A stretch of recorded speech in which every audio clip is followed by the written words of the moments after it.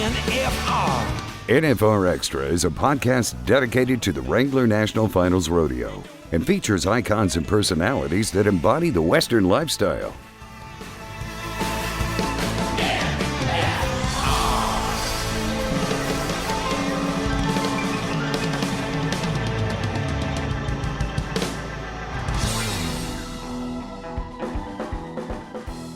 You can only do what you can do. So you just go in there, take care of your job, and it is what it is, and just like that. So if you miss one out, then that's the whammy number one. You don't ever miss one out, so you got to mark them out, and it's all got to be on you. It doesn't matter what everybody else thinks.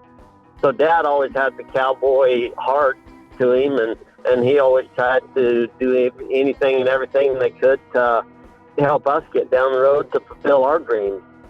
People you talk to, and like the horse that I slid off and broke the camera lens on the end of the arena, that I slid down the fence there for 10 feet, on my rear end. So, it's multiple stories like that you love to have those people come by and say, well, this is what they remember, Right.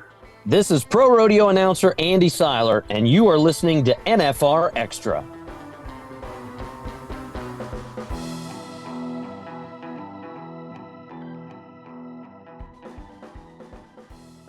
So we are joined today by a Hall of Famer that has accolades that range from all over. I mean, if you were to read his resume, it would take a very, very long time to do, but it's an honor and privilege to be joined by Billy Etbauer today. Billy, where are you and what are you doing today?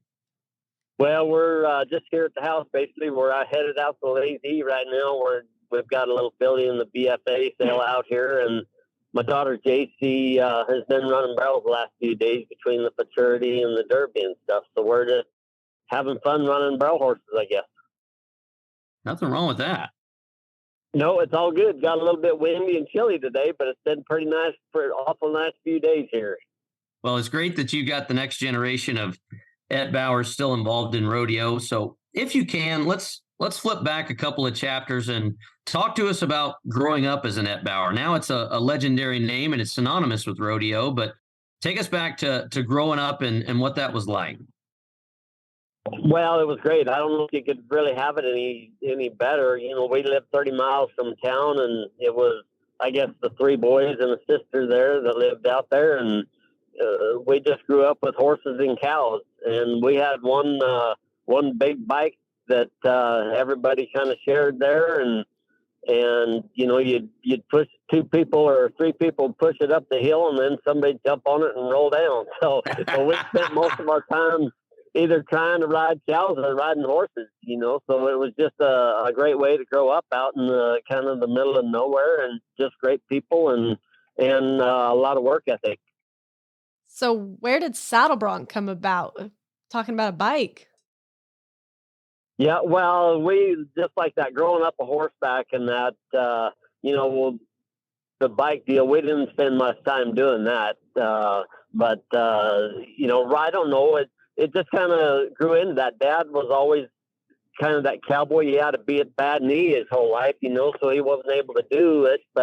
And plus that, to be able to run the ranch and the farm in those days, it was quite a little bit different than now, being able to go survive, making a living rodeoing, and so Dad always had the cowboy heart to him, and he always tried to do anything and everything they could to help us get down the road to fulfill our dreams, so and then Robert, I guess, being the oldest, he kind of broke the path for the rest of us to keep following and wanting to do that, so we just all grew up just, I guess, being a horseback and just wanting to be a cowboy.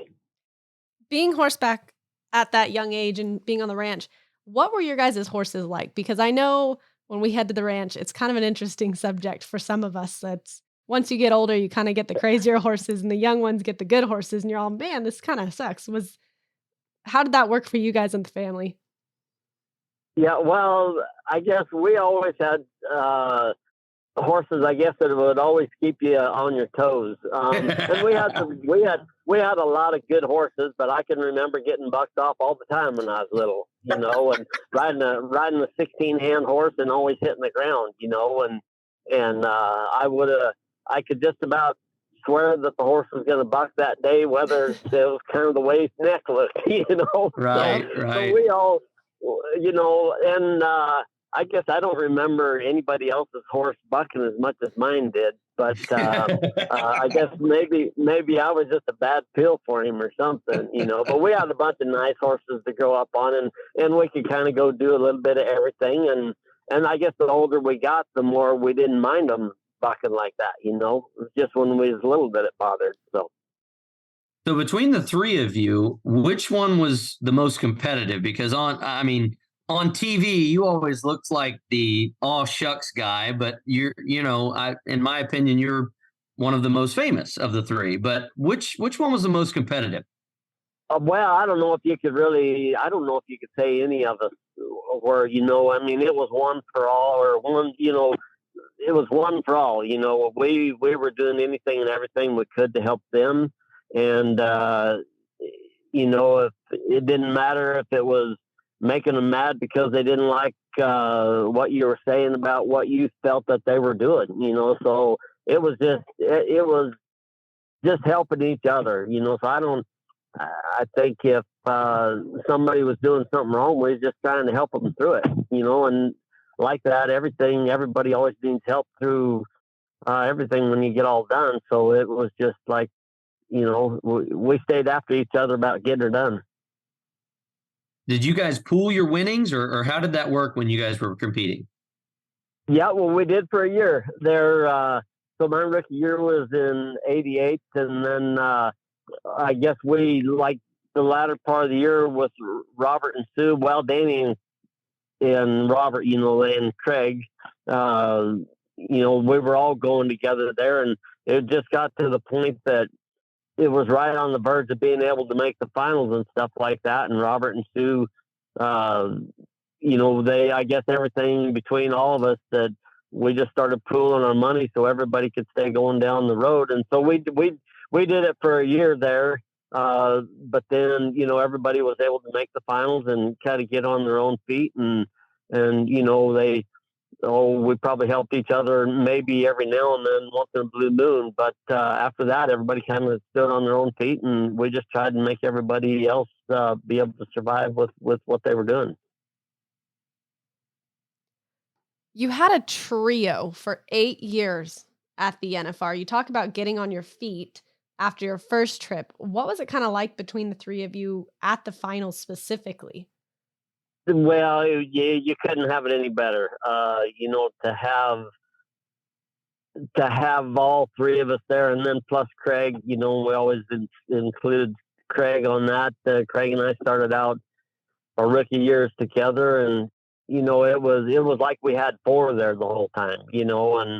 And it just doesn't get any better, because you've got the guy that's going to do anything and everything, that is going to help you along the way. And he's not going to pull any punches about, whether it was a good ride or not a good ride, or really getting one marked out or not getting them marked out. It was never pulling punches, that you knew that they were there to make you better and help you along the way. I feel like you're like the Cal Ripken of saddle bronc riding too. With 21 trips to the national finals, was there a secret sauce, or did you find the fountain of youth, Billy? How are you able to keep it going that long? Well, there's a lot of people and a lot of things that happen along the way, between Holly, my wife, and between the family getting me from point A to point B, Express Ranches coming on board. I ruptured the disc in my back in '92. And I was home at least 2, 3, maybe 4 months out of the year. Wow. Trying to get healed up from that ruptured disc. And then Express Ranches come on. They were picked me up in '96. And so after that, then when I got sore, I went home and got healed up. And then I was able to go out and, we were basically flying like June, July, August. We were flying everywhere. So we were sleeping in a hotel room flat all night, and I'd get up and exercise every day. And then we'd go to the next one, so I was able to stay healthy because of that. And we would have never been able to fly like that if it wouldn't have been for the sponsorship of the Express Ranches and him wanting to fill the Cowboys' dreams. So now the fitness part of it is synonymous with all the rough stock. I mean, even the timed event guys as well. Were you one of the few? I know it was out of necessity, but was there a lot of extra calisthenics going on back then, or not really? Well, I think most people as a whole, they were not. I mean, they were getting that way. I think it was more and more, they've gotten more and more that way all the time. And like that, once you get hurt, you're going to start doing that because that's the only thing that's going to keep you going down the road, and it's just gotten to be more of a lifestyle that if you really take care of your body and keep everything right, that your lifestyle can be a whole lot different these days because just the sponsorships of everything and the whole rodeo world and the cowboy dream, it's out there and it's huge. Let's take a quick pause and we'll be right back. Looking to rope in some news and features you can't find anywhere else? Then look no further than the series of blogs at NFRExperience.com. You'll find customized content from experts in all things rodeo and Las Vegas. There's the NFR Insider, NFR Traveling Partners, and One-on-One with Susan Canode. Hurley's Hotspots and Heart of the NFR with Brian Hurlbert, NFR Experience with Patrick Everson, and the Junior World Finals with Jack Nowlin. There's something for all rodeo fans. Check it out at NFRExperience.com because legacies and memories are made in Vegas.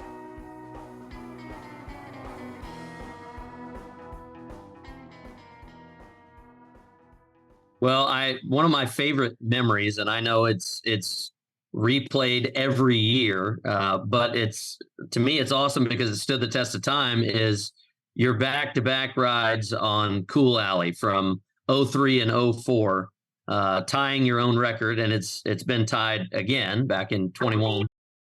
Tell us a little bit about that moment. I mean, when you get matched up with a horse like that, are you nervous, or are you just you can't wait for that opportunity?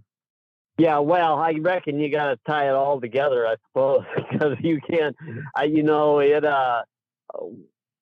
What a great horse, Yeah. and you just want to be able to take care of your end, so you try not to worry about nothing and just go out, and what you've been trying to do your whole career is just get you a good mark out and go at them and stay in your rein and do your basics and see what happens, because you stub a toe on them and they'll buck you off, so I just count the blessings that it was be able to make it to the whistle and, just blessed to be able to get on her and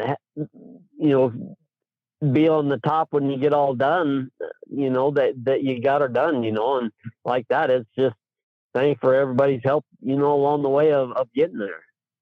That's one of those rides that you can literally mute and I can hear Bob Tallman screaming. Yeah, it was an awesome feeling for sure. And I'm just glad it was the 10th round, like they're in 04, because after when I come off, after the whistle there and the way I lit and I separated ribs, in there. So I was sucking for air for a couple of weeks after that, Glad to be done. Like that, it wasn't a better time and a place to let it happen, so it was awesome. That is just electric to hear you even talk about that is so fantastic. I'm curious though, do you ever look back and think like that wasn't my best ride I've ever had? Just curious, because it stands in the record books today, but was there ever a ride where you were like, that was my 95-point ride or anything of that nature? Well, no, I mean, I was very blessed to be able to NFR, everything. My whole career I was very blessed with it. So I never tried to judge myself at all. I just wanted to get me a good sprout and go out and really stay under my rein, and place my feet in the neck. And so I never got off of one thinking that I couldn't have done a better job. There was always more improvement that I could have done, and it was just it's just an honor and a blessing for all the people to be behind you the way they were at that deal, that's what made it special. I mean, it was cool that I was able to go do that and get on a cool alley, but it was cool to have that many people so in tune with helping you make that ride, so that's what's really cool about it. Yeah, I mean that's an iconic ride, but I look at some of those old horses that were really fun to get on, but there were also those that you weren't sure you wanted your name next to, like maybe an Airwolf, that might not have been near as much fun.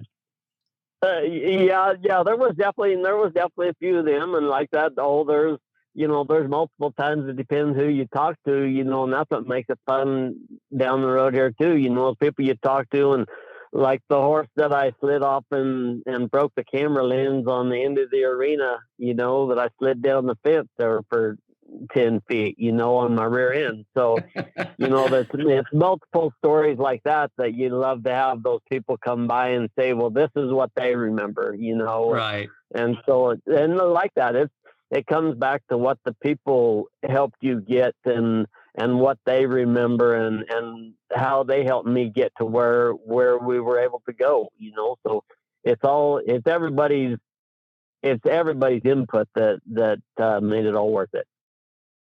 You had 51 NFR round wins here in Las Vegas. Tell me a little bit about what Thomas and Mack means to you today.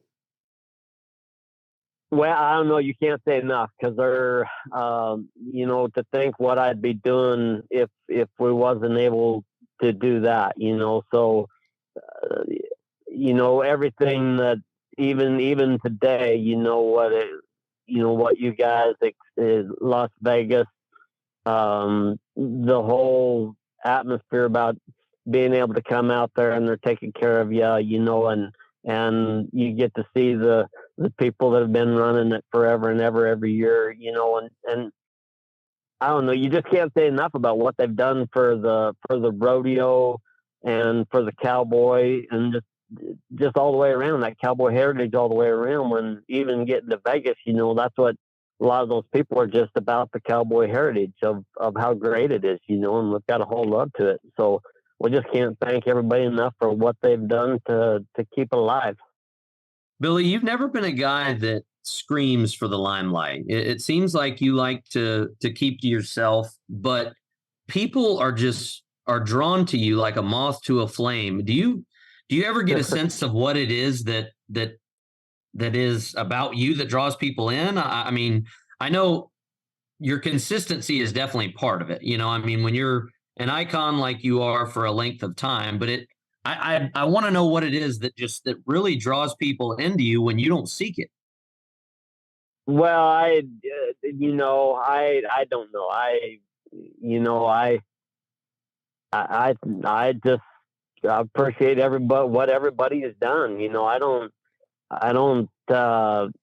I guess I'm not trying to make, I'm just trying to live the cowboy dream and stand up for what's right, and like I say, just loving that cowboy lifestyle. And that's what I want to be. And that's what I want my kids to be and my grandkids to be. I want them to have that stand up for what's right. And what, when you get all done, that you can go out and appreciate and love what you do every day, and that's what we was able to do that. And everybody, and especially like Express Ranches, they were a lot to keep to make that dream come true. And that's what helped us all the way along there, was people like that. And without all those people, we our crazy cowboy lifestyle, we wouldn't be able to do without, the Mr. Funk's, Express Ranches, and all these other sponsors. So it's just, I appreciate everybody's help.